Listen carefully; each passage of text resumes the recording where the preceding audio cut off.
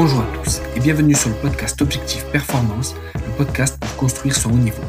Toutes les 2 semaines, je vais interviewer des kinés du sport, prépa physique, coach ou autres qui amènent et accompagnent leurs athlètes au plus haut. On parlera dans une première partie de leur parcours, d'où viennent-ils, où ont-ils étudié, voyagé et commencé leur carrière, ensuite de ce qu'ils font actuellement et de ce que cela peut nous apporter en pratique, quel est leur sujet de recherche actuel, en quoi cela peut améliorer nos compétences, et enfin, on abordera leur mentor, leur livre préféré et comment est-ce qu'on peut les contacter. Comme d'habitude, je compte sur vous pour mettre 5 étoiles à cet épisode sur nos minutes et sur Apple Podcast avec un petit commentaire. De la même manière, je vous encourage à partager cet épisode sur les réseaux sociaux, notamment en story sur Instagram. C'est ce qui me fait le plus avancer et faire connaître le podcast. Bonne écoute à tous. Salut Flavio. Salut Julien. Merci à toi d'avoir accepté ma demande d'interview. Merci beaucoup pour l'invitation, ça fait super plaisir. Ouais, carrément. Écoute, est-ce que tu peux déjà commencer par nous donner ta définition personnelle de la performance ? Ouais, vaste question, hein, comme à chaque fois dans tes podcasts. Moi, j'aime beaucoup la réponse de chacun. Écoute, pour moi, par définition, la performance, c'est le dépassement de soi par la structuration, je dirais, et l'optimisation de tous les déterminants de la performance. Et ils sont larges, c'est vaste. Donc voilà, pour moi, c'est ça. Par définition, la performance, c'est le dépassement de soi, avant le dépassement des autres. Et je trouve que ça passe par une structuration, par des fondations solides et par ensuite l'optimisation de chaque détail, de chaque 1%, de chaque déterminant de la performance. Donc voilà, je sais pas si c'est très clair. Mais si, top. Et comme voilà. Déterminant de la performance, à quoi tu penses à quelque chose en particulier ? Il y a un peu de tout hein, dans les sports d'endurance. Je pense qu'il y a d'abord une capacité, de l'endurance fondamentale, d'avoir une bonne base là-dessus, puis après travailler tout ce qui va être fractionné, endurance de force, force explosive, même sur des sports d'endurance. Ça, c'est des choses qu'on oublie souvent, mais t'as l'étude de Blagrove, par exemple, en 2018, qui montre que même la plio et même les gammes chez des marathoniens peut augmenter la performance. Donc, c'est des choses qu'on oublie, qu'on passe à l'âge souvent. Je pense que c'est des choses qui peuvent être optimisables, mais plein d'autres choses aussi, telles que le sommeil. Le sommeil, pour moi, c'est vraiment quelque chose d'assez important, et pour moi, c'est vraiment l'un des déterminants, premièrement, de la santé, et ensuite de la performance. Donc voilà, ça peut être tout ce genre d'éléments-là. Super. Et alors, est-ce que tu peux nous expliquer un peu d'où tu viens, où tu as fait tes études, etc. Ouais, alors moi j'ai eu mon diplôme de kiné à Grenoble en 2010, l'IFMK de Grenoble, et en fait moi j'ai grandi à Valence, je fais l'école à Grenoble, et la particularité à Grenoble c'est que on sortait avec un DE et un Master 1. Donc en fait on avait la possibilité de continuer en Master 2, donc j'ai fait un Master 2 en STAPS qui s'appelle Mouvement, Performance, Santé, Ingénierie, qui s'est fait donc en 2011. Enfin, je l'ai eu en 2011 et je voulais absolument faire ce master-là puisque il y avait un stage de 6 mois à l'étranger, et donc je suis parti 6 mois au Canada anglophone, dans l'un des meilleurs labos de recherche musculo-squelettique qui s'appelait, en tout cas à l'époque, c'est l'université de l'Alberta, donc à Edmonton. J'ai passé 6 mois là-bas, où en fait j'ai fait mon mémoire de recherche là-bas. Donc on a fait une étude clinique, une étude randomisée. On comparait l'approche McKenzie à un programme de stabilisation, notamment l'approche australienne, tout ce qui était à l'époque Paul Hodges, Gwendolyn Joule, Richardson, tous ces gens-là qui avaient pas mal publié sur le transverse, et on a fait une petite étude randomisée non publiable, puisqu'il y avait très peu de gens, elle n'était pas assez puissante, mais c'était une superbe expérience. J'ai appris énormément de choses, et voilà, j'ai eu aussi un poste un petit peu d'assistant de recherche, donc je participais à des projets. Je faisais la petite main, je faisais du phoning, je répondais aux patients qui appelaient pour participer à des études, voir si ils passaient les seuils de score, parce que tu sais, pour intégrer une étude clinique, en tout cas au Canada à cette époque-là, enfin ça dépend des protocoles, mais il fallait que tu aies un certain niveau de disability, de handicap fonctionnel pour être représentatif des gens qui avaient consulté. Donc en fait, je faisais un screening par exemple des patients lombalgiques sur le score d'ossuacerie, si pouvaient intégrer l'étude. Voilà, j'ai participé aussi à d'autres projets de recherche, notamment d'Arnold Wong sur les manipes vertébrales. Voilà, pas mal de petits trucs comme ça. Donc voilà, et puis mon parcours, donc j'ai fini. Et c'était pas compliqué pour un francophone de débarquer comme ça dans tu vois, sur de la recherche, sur des trucs peut-être en 2010 en France où on avait, je pense quand même du retard. Et voilà, en tant que francophone et avec le retard qu'on avait peut-être en francophonie, notamment en France, débarquer comme ça, faire de la recherche et en anglais, comment tu fais? Alors c'est ça le truc, c'est qu'en fait moi à l'époque j'avais un gros intérêt pour le musculo-squelettique, la kiné du sport, mais aussi pour le rachis.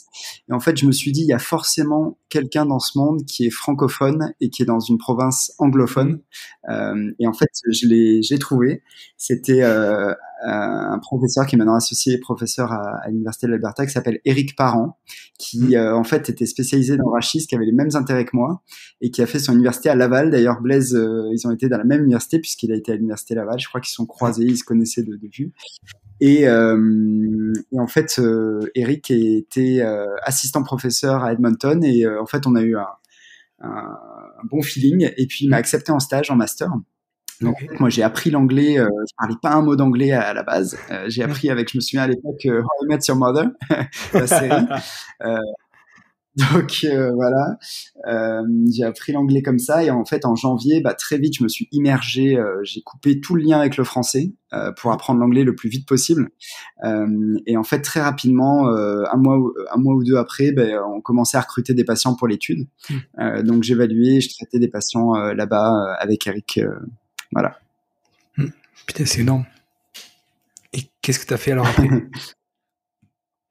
Alors après, longue histoire. En fait, je finis mon master en juin 2011 et en janvier 2013, je devais faire ma thèse de doctorat avec Mark Laslett, donc un des spécialistes du rachis en Nouvelle-Zélande.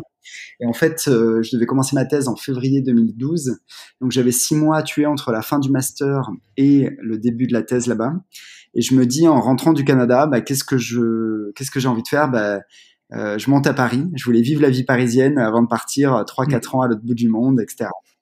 Et en fait, donc je monte à Paris, je suis dans une chambre de bonne, j'ai même pas de machine à laver, dans un appart, dans un couloir squatté, enfin bref, une galère totale.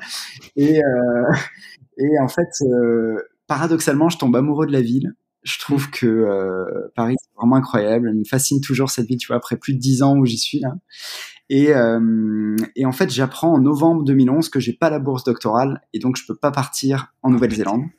Okay. Donc grosse déception. Je pense que j'étais pas assez bon. Je pense que c'était pas dans leur priorité de recherche le disque à l'époque.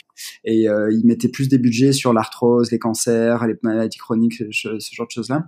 Et la bourse doctorale de l'université d'Auckland représentait $100,000 néo-zélandais. Et en fait, en Australie, Nouvelle-Zélande, ils t'acceptent pas si t'es pas financé, parce que c'est ton salaire et tes frais de scolarité pendant 3-4 ans. Donc, en fait, j'ai pris un assistana en janvier 2012, et je me suis installé à Paris. Et en fait, très rapidement, en commençant l'assistana, je me suis dit qu'il fallait que je m'installe, que j'ouvre mon propre cabinet. Donc en fait, j'ai fait 1 an et quelques d'assistana et en avril 2013, on ouvrait le cabinet, on créait le cabinet où j'exerce encore aujourd'hui.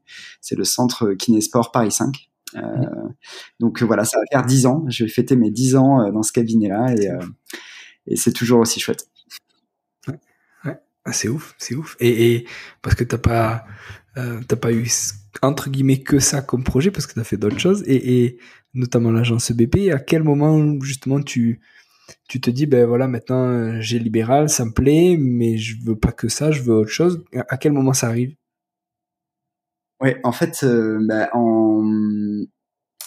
Courant 2014, en fait, avec François Villiers, mon associé de l'agence, on a été pas mal investi dans l'associatif, notamment dans l'association française francophone Mackenzie.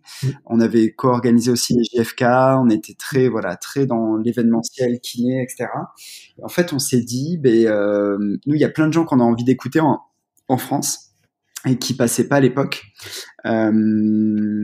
Et on s'est dit, écoute, on va les faire venir, quoi. Et en fait, au même moment, il y a Guillaume Deville, mon autre associé de l'agence, qui voulait faire à peu près le même projet, qui voulait inviter des speakers un peu internationaux. Et en fait, on s'est dit, allez les gars, on s'associe et puis on invite des gens qu'on a envie de faire venir. Donc en fait, au début, c'est parti d'un gros délire. On s'est dit, on a trop envie de l'écouter. Lui, on adore ses publics, on adore ce qu'il fait, on le trouve super intéressant, la vision de conférence. Allez, go, on l'invite et puis on verra bien si ça prend. Si ça prend pas, au pire, tant pis. En fait, gros carton. On lance donc l'agence en février 2015 et en courant fin d'année 2015, on fait venir Mike Stewart pour un cours incroyablement novateur pour l'époque, puisque là, on est en 2015, donc il y a 7 ans, et on parlait de communication avec les patients douloureux chroniques, comment expliquer la douleur aux patients douloureux chroniques en utilisant des métaphores, etc. Chose qui, maintenant, on en parle de plus en plus, tout le monde essaie, tout le monde le fait un peu, etc. À l'époque, c'était complètement disruptif dans les cours dans les formations continues en France. Donc voilà. Et puis après, on a invité d'autres gens, dont Chad Cook, Mark Laslett, Jeremy Lewis, puis Joe Gibson, puis etc. Et puis maintenant, on collabore avec une 50aine de speakers répartis dans 11 pays différents. Ouais, on a organisé 2 summits, donc avec les 20, en tout cas, on pense, meilleurs speakers sur l'épaule et sur le membre inférieur. C'est une conférence qu'on fait tous les 3 ans à Paris. Et donc voilà, c'est fou. Maintenant, on a formé plus de 8000 personnes en 7 ans. On est, je pense, parmi les groupes les plus suivis sur les réseaux sociaux, puisqu'on publie un post par jour depuis 7 ans pour vulgariser la science, expliquer tout ce contenu-là. Et donc voilà. Et les gens nous le rendent super bien. On a souvent des feedbacks très gentils, très chouettes, et ça nous donne l'énergie pour continuer. C'est énorme. Et vous êtes présent pas qu'en France, il me semble, vous êtes présent aussi ailleurs en francophonie, c'est ça? Ouais, exactement. En fait, ça aussi, c'est parti d'un gros délire. Alors, déjà, nous, on a des formations en présentiel et en e-learning. Donc, par définition, le e-learning, tu peux le faire où tu veux. Donc, on a des participants au Québec, en Belgique, beaucoup, en Suisse. Et en fait, c'est parti d'un gros délire aussi. On s'est dit, mais attends, on fait du e-learning en français. L'objectif de l'agence, c'est d'apporter le meilleur de la connaissance dans la langue natale des gens. Et en fait, on s'est dit, écoute, on va les traduire. On va les traduire et on va les envoyer dans tous les pays non anglophones. Donc en fait, on a recruté des gens pour traduire en espagnol, italien et portugais. Donc en fait, maintenant, on a des équipes de traduction qui traduisent tout le matériel et qui permettent d'apporter, par exemple, Jeremy Lewis en espagnol, Joe Gibson en espagnol, de partout dans le monde, sur les 5 continents en espagnol. Donc en fait, on a aussi des clients d'Amérique du Sud, aux États-Unis, au Mexique, en Espagne, et puis un peu en Italie, et puis là on commence le Portugal, donc le Brésil notamment, et le Portugal. Donc voilà, ouais, c'est une aventure humaine assez incroyable, puisqu'on est une 40aine maintenant dans l'agence. Ouais, le rêve, l'ambition est folle, quoi. L'ambition, c'est d'apporter le meilleur de la connaissance dans la langue natale des gens depuis chez eux. C'est ouf. Voilà. Et du coup, alors t'as parlé de ce mythe et tout ça, donc il me semble que c'était en novembre 2022, celui sur le membre inférieur, et le prochain donc dans 2 ans. Est-ce que vous avez déjà un peu des idées, ou sur quoi ça serait? Alors, le premier était en 2019, c'était sur l'épaule. Là, on a fait donc en octobre 2022 le Paris Slow Rolling Summit, donc avec toutes les sommités sur le membrane, donc Jill Cook, Christian Torborg, il y a qui Phil Glasgow, Nicole Van Dyck, Amy Arundel, enfin, François Fourchet. C'était une vingtaine. François Fourchet, bien entendu, tous les francophones. Je pense souvent aux internationaux, mais les francophones ont fait un carton. Brice Picot aussi. Je pense à Alexandre Rambaud, Boris Kojanovic. La tour en force, comme on dit. L'hôpital de la tour en force. Et franchement, ils ont fait un carton. On a eu des super bons feedbacks sur tout le monde, en particulier des francophones. Donc voilà. Ouais, le prochain summit, écoute, déjà, c'est tellement d'énergie et d'organisation, de logistique, de tout ça, de réunir 700 personnes sur 2 jours avec tous ces speakers-là, que pour l'instant, on réfléchit, on récupère déjà parce que en parallèle de ça, moi, j'avais beaucoup de choses à gérer aussi côté agence, puis pour d'autres projets, notamment notre salle de formation à Paris, on aura peut-être l'occasion d'en reparler. Et en fait, là, je récupère déjà un petit peu et je viens de déménager. Tu vois, j'ai déménagé le 3 janvier, donc il y a quelques jours. Donc voilà, tout un rythme tranquille, tu vois. Donc je vais réfléchir. Ouais, on va réfléchir au thème du prochain summit, mais le concept restera le même. C'est d'avoir les meilleurs orateurs, les meilleurs chercheurs et les meilleurs cliniciens au monde sur la thématique qu'on choisira. Et on se met aucune limite en termes de thématique. Tout est possible. Donc on regarde, on écoute, on se laisse inspirer, porter par les gens, et le jour où ça trouvera une forme de cohérence pour faire un summit digne de ce nom, on organisera ça. Ouais. Ah, c'est top. Et alors en plus de ça, parce que ça suffisait pas, tu t'occupes aussi beaucoup de la clinique du coureur côté Europe, c'est ça? Ouais, exactement. Europe francophone, en fait, c'est ça qui est marrant, c'est qu'au même moment où on lançait l'agence EBP, début 2015, en fait, moi, j'avais vraiment envie de faire le cours de la clinique du coureur, donc qui était donné par Blaise à l'époque.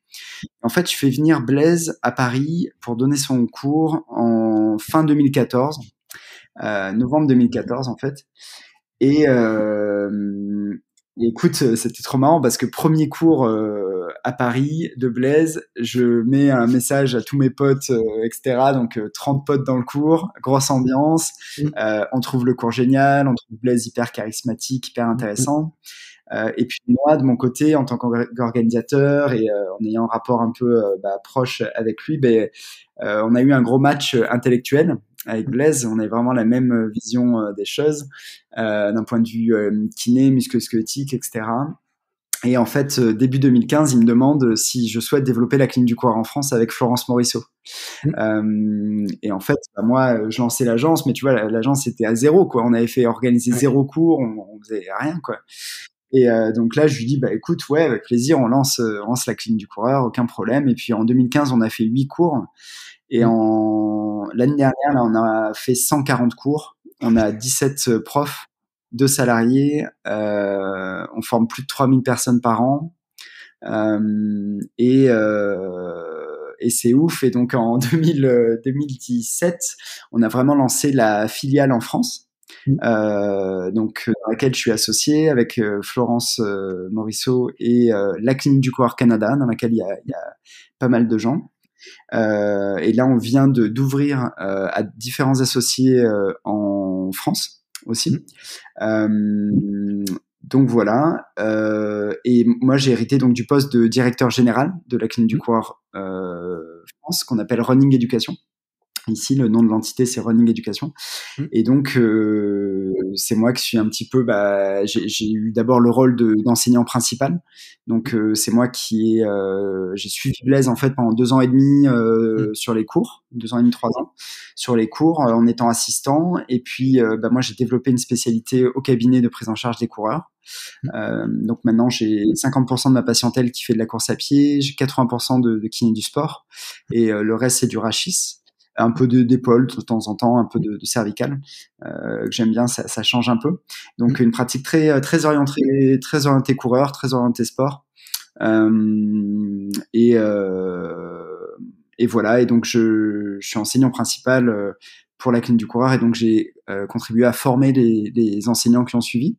Et c'est moi qui suis un peu responsable des idées un peu à la clinique, de la structuration.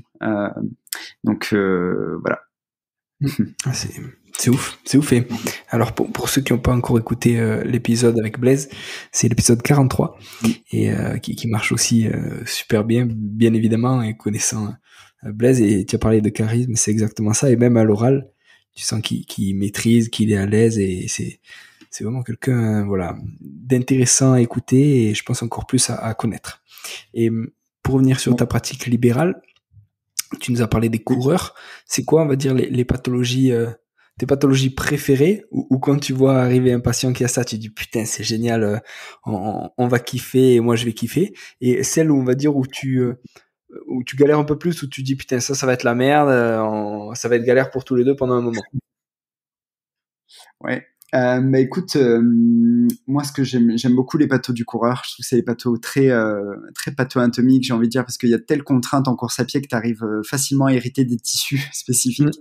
Ce que j'aime bien, c'est les cas de bandelettes un peu complexes, qui souvent aussi sont des problèmes de rachis. En fait, je trouve de tension, enfin de douleurs neuroméningées, ce genre de choses-là. Les cas un peu complexes, bandelettes, j'aime bien. Souvent, je me régale un peu parce que je trouve que je passe après beaucoup de thérapeutes et de médecins et de kinés qui sont un peu cassés les dents et avec le recul et le diagnostic différentiel et peut-être ma capacité un peu à interroger les gens, à faire les bons tests au bon moment. Je pense que j'arrive à faire un petit peu la différence sur des pathos un peu complexes.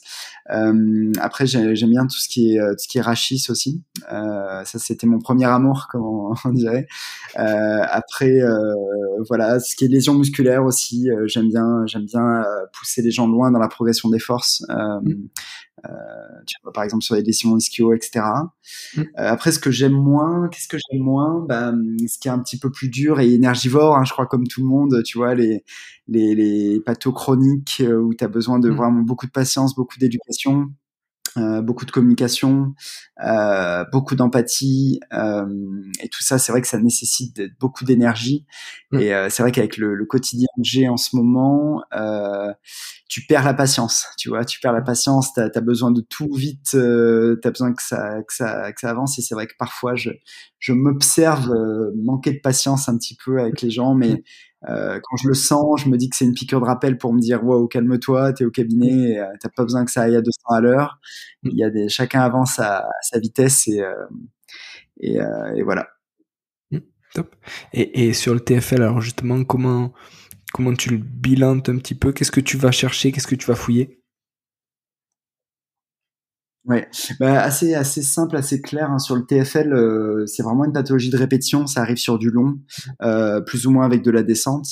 La douleur est caractéristique, face latérale du genou. Elle va être les gens à l'interrogatoire. Ce qui est fascinant avec ce truc, c'est que en 2010, on savait pas quoi faire. Tu vois, on faisait massage, ultrason et ultrason, je sais plus d'ailleurs depuis bien 10 ans, ultrason et étirement. Et maintenant, je fais absolument rien de tout ça. Donc, j'interroge bien les gens. Souvent, donc, t'as une course longue, une douleur qui est apparue sur la face latérale du genou, qui empêche la personne de courir au bout de 8 à 10 minutes. Et la douleur est extrêmement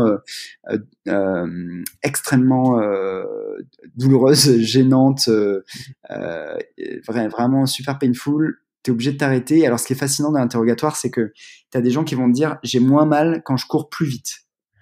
Et alors ça, c'est vraiment un marqueur pour moi intéressant de bandelette. T'as des gens qui vont te dire je pouvais continuer à courir si j'écartais les jambes. Donc ça, c'est pour réduire le stress sur la bandelette. Donc ça, dès l'interrogatoire, je vais avoir des marqueurs hyper intéressants. Puis après, bah, évidemment, je vais vérifier mes amplitudes. Il n'y a pas de perte d'amplitude, il n'y a pas de perte de force.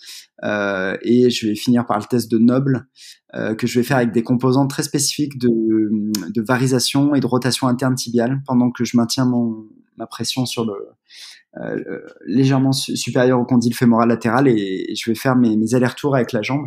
Et là, souvent, ça va recréer la douleur. Et si mon patient n'a pas mal, jusque-là, je considère que c'est un faux négatif. Je vais le faire courir, provoquer les symptômes, et on refait le test ensuite. Et là, souvent, ça pop. Donc voilà, c'est une procédure que j'aime bien faire, avec parfois un petit diagnostic différentiel au niveau du rachis, donc les tests neuroméningés, les mouvements répétés au niveau lombaire, juste pour être sûr, quand tu as une douleur qui est un peu bizarre, qui irradie un peu, être sûr que c'est pas le rachis quand même. Donc voilà, c'est un peu mon approche sur le TFL. Top. En termes de diagnostic. Ouais. Et tout à l'heure, tu nous as parlé aussi du sommeil et de l'importance du sommeil. Est-ce que tu peux nous expliquer pourquoi tu as cette, on va dire, appétence et qu'est-ce qu'un bon sommeil au final? Oui, en fait, moi, c'est vraiment partie de mon histoire perso. Moi, chaque fin de semestre, j'étais cramé. Et quand je dis cramé, Mm. c'est quand t'enchaînes en 2000, de 2015, de 2016, j'ai envie de dire, à 2020, probablement avant le Covid, je devais faire un cours de la clinique du coureur toutes les 2 semaines en moyenne, à peu Mm. près, hors vacances scolaires, en moyenne. Donc, je donnais vraiment beaucoup de cours, un à Paris, un à l'extérieur. J'étais cramé en fin de semestre et je me suis aperçu que j'avais plus de douleurs lombaires. J'avais souvent un bouton de fièvre qui apparaissait. Mm. Mm. Et en fait, pendant les vacances, j'avais 2-3 jours où je faisais des grosses nuits de sommeil, je récupérais. Et en fait, je me suis dit, mais attends, il faudrait que j'approfondisse un petit peu le sommeil. Puis ça commençait à arriver un peu dans la science et commençait à y avoir des Mm. auteurs qui pointaient ça, notamment Adrienne Lowe, voilà. Je commençais à lire tout ça et je me disais, mais attends, mais en fait, ce qui va conditionner ta journée, c'est la Mm. qualité de ton sommeil. Donc en fait, j'ai commencé à me documenter là-dessus, à lire pas mal d'articles, et en fait, j'ai changé pas mal de choses dans ma façon de d'approcher le sommeil. Typiquement, tu vois, moi, je pense que je commençais trop tôt au cabinet et vraiment, Mm. ça me fatiguait. Je commençais à 8 heures le matin, Mm. et en fait, je me suis dit, mais c'est quoi mon chronotype? C'est-à-dire de quoi j'ai besoin concrètement pour être bien, pour avoir un bon sommeil. Ta question, comment avoir un bon sommeil? Bah, la première des choses pour avoir un bon sommeil, il faut calculer son chronotype. Le chronotype, c'est l'ensemble des signes et comportements que tu as en lien avec ton sommeil, c'est-à-dire à quelle heure tu as envie d'aller dormir, à quelle heure tu as besoin de te réveiller, enfin à quelle heure tu te réveilles naturellement, sans interférence. Mm. Et en fait, pour moi, j'ai vraiment besoin d'être au lit et de dormir vers 11h, 11h30, Mm. idéalement, et je me réveille à 7h45. Ça, c'est vraiment mon chronotype. Donc en fait, j'ai basé maintenant mes journées là-dessus. Donc tu vois, par exemple, pour me diriger vers le lit, j'ai une alarme à 23h qui me Mm. dit, là, il faut que j'arrête ce que je suis en train de faire et je vais au lit. Mm. Et le matin, je mets toujours mon réveil à la même heure, 7h45, et je me lève toujours à la même heure. Ça, c'est vraiment un des déterminants pour avoir un bon sommeil. Et en fait, je commence au cabinet à 9h maintenant. Je me lève à 7h45, je lis jusqu'à 8h15. À 8h15, je vais sous la douche. À 8h30, je pars. Voilà, je suis au cabinet un petit peu avant 9h. Mm. Et ça, c'est vraiment ma routine du matin. Mm. Donc voilà, et c'est ça qu'il faut faire pour avoir un bon sommeil. Savoir vous connaître, bien vous connaître. Donc, est-ce que vous êtes du matin ou du soir? Combien de temps vous avez besoin de dormir? Bien Mm. respecter ça, être très régulier sur le sommeil. Et là, la journée change complètement, quoi. Mm. Tes performances, pour le coup, puisque Mm. Mm. on est sur un C'est podcast de l'objectif. performance, vos performances en termes physiques et Mm. intellectuels, cognitifs, n'ont rien à voir. Ouais. Mm. Ah, c'est super. Et tu avais sorti aussi il y a peut-être quelques mois, quelques semaines, un bilan EBP de la lombalgie, je crois que c'était sur YouTube. Et pareil, un peu pour le Oui. TFL, Ouais, est-ce que tu peux nous expliquer un peu qu'est-ce que tu mets dans ce bilan EBP? Oui. Alors, écoute, c'est une présentation que j'ai faite pour le congrès de la FNEC pour les étudiants à Bordeaux. Donc j'ai quand même assez simplifié, assez élagué, c'est assez synthétique, mais assez complet aussi sur mon approche de la lombalgie. En fait, ce qui est hyper intéressant avec la lombalgie, c'est qu'il faut être à la fois très bon en termes d'interrogatoire, très bon techniquement et sur la valeur des tests d'un point de vue vraiment métrologie, et d'avoir une vision extrêmement globale des patients en incluant tout ce qui est psychosocial. Donc en fait, mon bilan se détermine en 6 catégories, 6 phases en fait, où je veux d'abord avoir l'image du patient, donc vraiment qui j'ai en face de moi, Mm. sa profession, son âge, qu'est-ce qu'il fait dans la vie, qu'est-ce qui l'anime, qu'est-ce qui le passionne, quels sont ses objectifs. Ensuite, j'ai un examen des symptômes. Donc, je veux vraiment documenter les symptômes ce jour J et l'évolution des symptômes. Donc, depuis quand ça dure, comment c'est apparu, qu'est-ce qui l'empire, qu'est-ce qui lui fait du bien, quel traitement il a eu, quelle est la localisation des symptômes, quelle est la qualité des symptômes. Ensuite, je vais avoir une phase d'examen clinique. Donc là, je vais vraiment faire les tests cliniques, examens neurologiques, tests cliniques. Donc ça va être par exemple le test des mouvements répétés, les tests sacro-iliaques, les tests d'instabilité. Ça peut être voilà plein de choses par rapport à ça. Ensuite, j'ai un chapitre que je trouve essentiel et je pense qu'il va rentrer dans les mœurs très bientôt. En tout cas, j'y œuvre.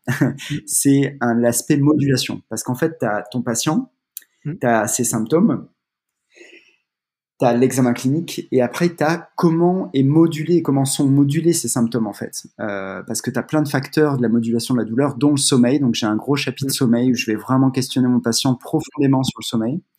Ensuite, j'ai un chapitre, j'ai un onglet un peu stress. Je veux percevoir est-ce qu'il a un stress, que ce soit perso ou pro. Je veux voir s'il a de l'anxiété. Je veux voir s'il est heureux au taf, s'il a de la reconnaissance au taf et si c'est un taf qui lui plaît. Et enfin, j'ai une ligne ouverte sur la vie perso, des événements qui ont pu arriver. Et une fois que j'ai ça, modulation, après je regarde enfin les examens paracliniques, donc tout ce qui va être imagerie et blood test par exemple. Et enfin, je vais avoir ma conclusion. Et dans ma conclusion, j'ai diagnostic patho-anatomique possible ou pas possible. Ça, souvent, tu sais, quand on parle de diagnostic, les gens, ils ont l'impression que les gens qui s'intéressent au diagnostic arrivent à poser un diagnostic sur tout le monde. Tu vois, notamment au niveau du rachis. En fait, ça, c'est vraiment une grosse erreur. En fait, dans plein de cas, très fréquemment, au niveau du rachis, tu n'es pas en mesure de faire un diagnostic patho-anatomique. Est-ce que c'est le disque, les articulaires postes, la sacroiliaque ou autre chose? Et donc, moi, dans plein de cas, je mets diagnostic patho-anatomique pas possible. Et ensuite, je mets dessous mes modulateurs de la douleur. Donc, en fait, j'ai checkbox et je vais dire la douleur est modulée par le sommeil, par le stress, par une dépression, etc. Ensuite, j'ai des cases pour des scores fonctionnels. Tu vois, typiquement, si mon patient a des douleurs dans de multiples zones, qu'il a une douleur constante, etc., je vais lui faire passer un CSI, donc le Central Sensitization Inventory, pour la douleur nociplastique. Et enfin, je vais avoir toute ma prescription, conseil que je vais lui transmettre par mail aussi. Donc prescription d'exercice en termes de dosage, répétition, série, fréquence dans la journée, moment de la journée, temps de maintien, tempo, enfin toutes les caractéristiques d'une prescription d'exercice, plus des conseils sur l'aspect psychosocial, le sommeil, pourquoi pas la nutrition, etc. Ouais. Donc c'est une approche, tu vois, à la fois très technique du réalisation des tests et statistique et compréhension du raisonnement bayésien. Tu vois, au sens où ta probabilité pré-test va influencer ta probabilité pré-test et ton test vont influencer ta probabilité post-test. Donc vraiment un aspect très technique et statistique là-dessus. Et en même temps, une grosse compétence, je pense, de communication, d'empathie et d'intégration de l'aspect psychosocial. Là, pour résumer, super. En quelques minutes. Ouais. Pour ceux qui n'ont pas vu la vidéo, je pense que donc les gens vont aller la voir de suite après. Ouais, surtout que c'est une longue vidéo d'1h30 où je détaille tout ça. Donc c'est assez accessible puisque c'était à destination des étudiants, au sens où je rentre pas dans tous les détails des tests et la métrologie et tout ça, mais ça donne déjà une bonne base, je pense, en ligne, à voir et à revoir. Super. Et j'ai eu la chance aussi d'interviewer Emric pour l'épisode 31. Donc Emric pour Aime ton kiné, que tu connais très bien. Et on avait parlé, il avait parlé de toi justement, que tu l'avais aidé sur l'article sur le CrossFit. Donc il avait envoyé dans plein de box de CrossFit pour savoir à quelle pathologie, à quelle zone anatomique était touchée, etc. Et est-ce qu'il y a une suite? Alors l'article a été publié, il me semble. Et quelle est la suite? Est-ce que vous allez en faire autre chose, continuer dans ce sens-là, ou tu vois quelle est la suite à donner? Oui. Écoute, alors une petite anecdote que je te donne, je sais pas si tu savais, mais en fait, Emric, on s'est rencontrés parce que il s'était explosé le dos en CrossFit à une époque où il n'avait pas du tout la même hygiène de vie et la compréhension de l'entraînement qu'il a aujourd'hui. Emric, j'aime bien raconter cette anecdote parce que c'était quand même folklorique, parce que en fait, il s'explose le dos début septembre sur un soulevé de terre. Et en fait, moi, je le vois au cabinet et il était vraiment question de se faire opérer, etc. Et moi, je lui dis non, écoute, Emric, je pense qu'il faut qu'on travaille un peu ensemble. Ça va être dur, ça va être peut-être un peu long, mais si on peut éviter de toucher là, ça sera vraiment bien. Et écoute, ça s'est bien passé. Il a pu retrouver ses performances. Il s'en est sorti. Puis maintenant, il a explosé ses PB et c'est chouette. Et puis, il se gère, je pense, beaucoup mieux qu'avant. Et en fait, de là est née une amitié. Et puis, il devait faire un petit travail sur le CrossFit. Et en fait, ça s'est transformé en grosse étude, puisqu'il avait un gros réseau dans le CrossFit. Donc, on a interrogé 74 box et on a eu 3000 réponses. Et c'est vrai que ça, moi, je t'avoue que j'ai eu beau rôle dans l'histoire puisque j'ai pas fait grand chose à part écrire l'article, puisque Emric avait pas forcément beaucoup de ressources pour écrire l'article. Après, voilà, on a construit un peu le questionnaire ensemble. Et puis après, moi, voilà, j'ai pris les stats. On a fait des stats assez simples. On a écrit l'article et puis on l'a soumis dans un journal. Et puis voilà, ça a été publié. Alors, ta question, la suite, écoute, j'aimerais avoir le temps de pouvoir faire quelque chose de plus solide, de prospectif, tu vois, par exemple, voilà, tester par exemple un protocole de prévention sur les blessures en CrossFit, mais tu vois, je mesure, tu vois, avec tous les gens que je rencontre à l'agence et dans les conférences, je mesure à quel point c'est dur de faire de la recherche de qualité, le temps et les qualités que ça prend. Et je t'avoue qu'en ce moment-là, j'ai pas trop le temps, mais j'espère qu'un jour j'aurai le temps et la patience de faire ça parce que c'est un travail extraordinaire, la recherche, mais c'est vraiment extrêmement difficile. Donc chapeau à tous les chercheurs qui nous écouteront. Moi, je suis passionné de recherche.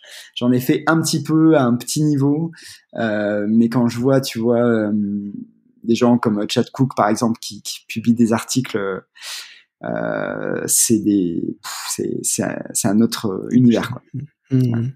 C'est clair. Et Flavio, alors on a discuté un peu de tes horaires de sommeil et tout ça, et dans une semaine entre guillemets type, comment tu t'organises, parce que il y a aussi Mackenzie, on en a un tout petit peu parlé, mais donc il y a Temps Libéral, l'agence BP, la clinique du coureur, Mackenzie. Est-ce que toutes les semaines sont à peu près pareilles et à chaque créneau, on va dire temporel, tu te dédies à une de ces boîtes entre guillemets, ou chaque semaine ça tourne et c'est vraiment tu t'adaptes au jour le jour?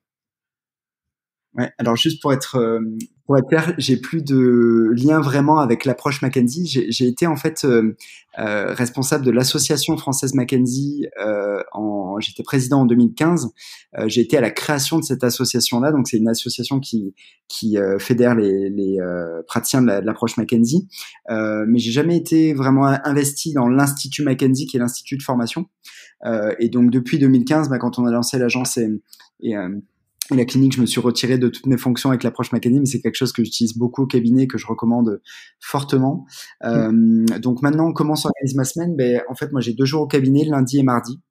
Donc là, cabinet classique, vraiment, on prend 1 heure en évaluation première éval, une demi-heure ensuite. On a un plateau technique de 40 mètres carrés, donc c'est chouette dans Paris. Et voilà, comme je te disais, je te décrivais ma patientèle tout à l'heure, donc très sport, très membrin, ferrachis.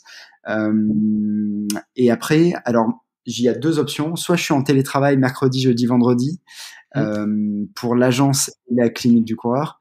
Donc voilà, en mode production de contenu, veille scientifique, structuration, et puis travail avec tous les collaborateurs, donc des entretiens en one-to-one ou des réunions à plusieurs. Voilà. Et avec les speakers aussi, beaucoup de liens avec les speakers, puisque c'est moi qui contribue à construire les programmes de formation, les e-learning, etc. Et donc soit je fais ça, soit je donne les cours de la clinique du coureur. Donc c'est souvent jeudi, vendredi, samedi, dimanche, ou mercredi, jeudi, vendredi, samedi. Et donc là, soit je donne les cours à Paris, soit je me déplace ailleurs. Donc voilà, les semaines sont bien intenses. Moi, mon année est divisée de septembre à décembre, extrêmement intense. Je coupe toujours à Noël, c'est un moment important pour moi, en famille, etc. Donc ça, c'est incompressible. Et après, de janvier à mi-juillet, c'est très intense aussi. Et par contre, je coupe complètement de juillet à début septembre. Et quand je coupe pendant les vacances, moi je coupe complètement, c'est-à-dire je supprime toutes les applis, je suis injoignable juste pour les urgences par SMS ou par appel. Ouais, c'est ma façon de fonctionner. Mais le reste de l'année, c'est vrai que c'est assez intense, mais j'ai une déconnexion totale. Ouais. C'est top, c'est top. Et alors, qui sont Voilà. tes mentors et tes sources d'inspiration? Ouais. Alors mes mentors, moi un de mes plus grands mentors, bah, ça a été Marc Laslett dans son approche patin atomique, ses recherches extrêmement bien écrites, poussées. J'aime sa réflexion, j'aime son charisme. Euh, Après, il peut avoir aussi des côtés un peu vieille école puisque bah, il a quand même 70 ans, mais il est inarrêtable. Tu vois, il revient enseigner là à Paris en mars. Il fait un tour, il va enseigner en Égypte, après en Pologne. Il vient en Paris et après il repart. Enfin, il a 70 ans. C'est une source d'inspiration pour moi incroyable et il vit dans le plus beau. Je pense après la France, le plus beau pays du monde, et l'Italie peut-être, la Nouvelle-Zélande où j'ai eu la chance d'aller le voir en 2019, parce qu'en 2019 j'ai fait un gros voyage où j'ai eu la chance d'aller en Nouvelle-Zélande et voilà, ça a été un voyage incroyable pour moi où on a partagé des moments incroyables avec Marc. On est allé pêcher notamment dans Golden Bay, un coin ultra reculé de Nouvelle-Zélande, donc voilà, des expériences assez folles, voilà. Donc voilà, mes mentors. Après, tous les speakers à l'agence m'inspirent. Mes collègues à la clinique du coureur m'inspirent aussi beaucoup. Donc voilà pour la kiné, quoi. Ouais, c'est top, top. Et en termes de livres préférés, performance ou autre, qu'est-ce qui t'a marqué? Ouais, alors en termes de livres, alors c'est marrant, ça n'a rien à voir, mais c'est ce que j'étais en train de lire là. C'est un livre. Alors je lis beaucoup d'articles. J'aime bien aussi tout ce qui est sociologie, en fait, vraiment la société, ce genre de choses-là. Et le dernier bouquin le plus inspirant, j'ai trouvé le plus incroyable que j'ai lu. C'est un bouquin d'une philosophe qui s'appelle Chantal Jacquet et le titre du bouquin, ça s'appelle Les transclasses ou la non-reproduction. En fait, c'est vraiment une analyse sociologique de comment se dire, du changement de classe sociale, du changement de classe sociale, que ce soit dans un sens ou dans l'autre. Et en fait, elle détruit un peu le mythe du self-made man et elle te fait te rendre compte de toutes les influences, tu vois, parce que souvent les gens me disent mais c'est incroyable tout ça, ce que tu fais, machin et tout, mais en fait tu te rends bien compte, et je me rendais compte avant de lire ce livre, mais que en fait c'est le mythe du self-made man n'existe pas. En fait, tu as eu consciemment ou inconsciemment des influences de beaucoup de gens. C'est souvent le cercle familial, mais aussi des rencontres, des profs, des enseignants, des colonies de vacances, des voyages, des copains qui ont forcément nourri quelque part une ambition, une envie de s'émanciper. Et c'est vrai que j'ai trouvé beaucoup de réponses dans ce bouquin. Vraiment, ça m'a beaucoup parlé. Et puis ça éclaire aussi beaucoup de choses d'un point de vue santé, puisque d'un point de vue sociologique, en fait, là, tu sais, dans l'aspect biopsychosocial, on pense souvent biopsycho, mais l'aspect social est essentiel aussi dans la compréhension en fait, de la douleur des gens. Et c'est un truc qui est complètement occulté, par exemple, le nombre et la qualité des relations qu'ont les gens. Et ça, c'est vraiment essentiel, je pense, pour la santé. Donc voilà, bouquin, rien à voir avec la performance, mais voilà, sociologie et philosophie. Énorme.